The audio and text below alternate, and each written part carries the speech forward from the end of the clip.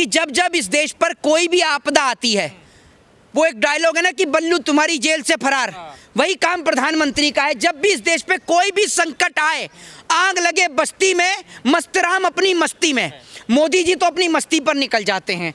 एक घटना आपको याद दिलाना चाहता हूँ 26/11 की, वो 26/11 की घटना जिसने पूरे देश को हिलाकर रख दिया था, लोगों के दिल को दहला के रख दिया था। जब वो घटना होती है, उस वक्त पर देश के प्रधानमंत्री डॉक्टर मनमोहन सिंह होते हैं और लोग मनमोहन सिंह से सवाल करते हैं तो मनमोहन सिंह अपनी सारी मीटिंग्स को छोड़कर, उनको बर्खास्त कर कर मुंबई की ओर रवाना हो जाते हैं और वहां जाकर देश को संबोधित करते हैं, देश से माफ़ी मांगते हैं और इतनी बारिश के बीच भी देश को संबोधित करते हैं और पूरे देश से खड़े होकर माफ़ी मांगते हैं कि हमारी वजह से ये जो है घटना हुई, हम सुरक्षा ठीक से नहीं कर पाए। वो देश से माफ़ी मांगते हैं। लेकिन बड़ी बात, हमारे देश के प्रधानमंत्री क्या करते हैं? पहले तो देश के प्रधानमंत्री भूटान की ओर रवाना हो जाते हैं और इस बात की जानकारी मोदी जी बड़ी बेशर्मी के साथ अपने ट्विटर से द्वारा लोगों को देते हैं। और बड़ी बात यह है कि जब प्रधानमंत्री का मन और दिल इससे भी नहीं भरता तो देश के प्रधानमंत्री सुबह ट्विटर पे एक ट्वीट डालते हैं जिसमें वो बिहार की जनता से वोट करने की मांग करते हैं। मुझे समझ में नहीं आता कि देश के एक ऐसी घटना जिसने लोगों के दिल को हिलाकर रख दिया, जिस दिल्ली में प्रधानमंत्री भी रहते हों, गृह मंत्री भी रहते हों और तमाम लोग रहते हों, उस जगह पर अगर इस तरीके की घटना हो जाती है तो प्रधानमंत्री का पहला कर्तव्य बनता था, क्योंकि प्रधानमंत्री के घर से और LNJP अस्पताल की दूरी महज मुश्किल से 15 से 20 मिनट की है।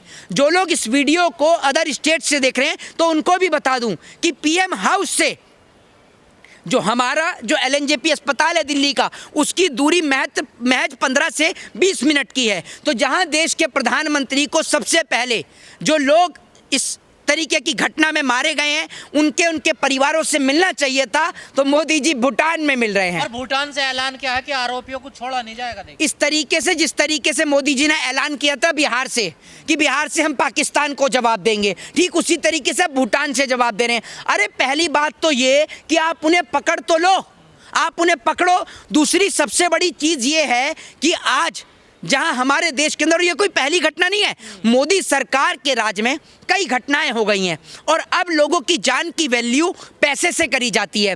विमान घटना हो जाए तो मुआवजा दे दो, ट्रेन पटरी से उतर जाए तो मुआवजा दे दो, कहीं पर किसी हादसे में लोग मारे जाए तो मुआवजा दे दो। और बड़ी बेशर्मी की बात है कि जब ट्रेन पटरी से उतरती है तो रेल मंत्री इस्तीफा नहीं देता, जब देश में कोई घटना होती है तो रक्षा मंत्री इस्तीफा नहीं देता, जब कोई पुलिस की सुरक्षा बल में कमी होती है तो गृह मंत्री इस्तीफा नहीं देता, जब हवाई जहाज क्रैश करता है तो आपका विमान मिनिस्टर इस्तीफा नहीं देता। बड़े बेशर्म लोग हैं, बड़े बेशर्म लोग हैं यार आप।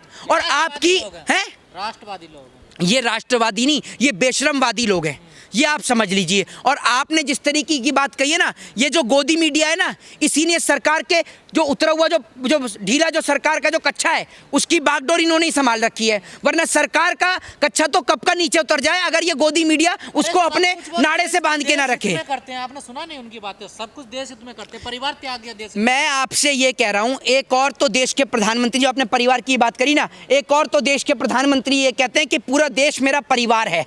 तो अगर किसी देश के परिवार, जिसको आप देश को परिवार कहते हैं, अगर परिवार के घर में परिजन की लाश रखी हो तो आप विदेश की यात्रा करने जाएंगे? मुझे सवाल का जवाब दीजिए। अभी तो उन लोगों के शव, जो मुस्लिम है उनको दफनाया भी नहीं गया था और जो हिंदू हैं उनको मुखाग्नि दी भी नहीं गई थी। उससे पहले तो बल्लू जेल से फरार हो गया, देश से फरार हो गए। यानी प्रधानमंत्री देश को छोड़कर भूटान के लिए रवाना हो गए। क्या बल्लू कह रहे हैं आप? मेरी बात सुन लीजिए, बल्लू ही हैं, रंगा और बिल्ला, और क्या है? भूटान में ज्यादा जरूरी काम हो इस घटना से? हाँ, भूटान में तो ज्यादा जरूरी काम है, भूटान से ही तो जवाब देंगे मोदी जी। भाई भूटान में CCTV, जितने भी दिल्ली के CCTV कैमरे हैं उनका कंप्यूटर की डिस्प्ले भूटान में लगी हुई है। वहां जाके मोदी जी चेक करेंगे कि अब मैं पकड़ूंगा कि कौन है। आज तक ये नहीं पता लगा कि वो 350 किलो RDX और जेलेटिन कहाँ से आया, वो आज तक पता करने में लगे हुए हैं। लेकिन इनको ये जरूर पता चल जाता है कि लोगों के पास क्या है क्या नहीं है। वो ये कपड़ों से लोगों को पहचान लेते हैं, लेकिन वो नहीं पता लगा पाते कि वो जम्मू कश्मीर में जो घटना हुई वो कैसे हुई। दूसरी सबसे बड़ी बात ये है कि देश के प्रधानमंत्री जहां देश की जनता को संकट में छोड़कर विदेश के लिए रवाना हो गए, मैं पूछना चाहता हूं कि क्या विदेश का वो प्रोग्राम रद्द नहीं हो सकता? लोग इतने बड़े बड़े कामों को अपने छोड़ देते हैं। जब किसी के घर में किसी की डेथ होती है, किसी का निधन होता है, तो लोग फ़ोन करके अगर एक बार भी ये कहते हैं ना कि भाई मैं नहीं आ सकता, मेरे घर में किसी की डेथ हो गई, तो सामने वाला व्यक्ति इस बात को समझता है। और मोदी जी कहते हैं कि ये देश मेरा परिवार है, तो परिवार के 8 से 10 लोगों की जान चली गई है और परिवार को छोड़कर मोदी जी विदेश के दौरे पर चले गए। बड़ी बेशर्मी की बात है। प्रधानमंत्री को ये कहना चाहिए था कि मैं भूटान हो या नेपाल हो या कहीं भी हो, मैं कहीं की भी यात्रा तय नहीं करूंगा जब तक मैं इसके अंदर जो दोषी और अपराधी हैं उनको जेल की सलाखों के पीछे नहीं पहुंचा दूंगा। लेकिन प्रधानमंत्री भूटान की ओर रवाना हो गए। ये बात तो उन अंधभक्तों को समझनी चाहिए जो सरकार के जूते को आइसक्रीम समझकर चाटने का काम करते हैं। ये बात उन लोगों को समझनी चाहिए जो भाजपा को राष्ट्रवादी पार्टी बताते हैं। जय हिंद, जय संविधान।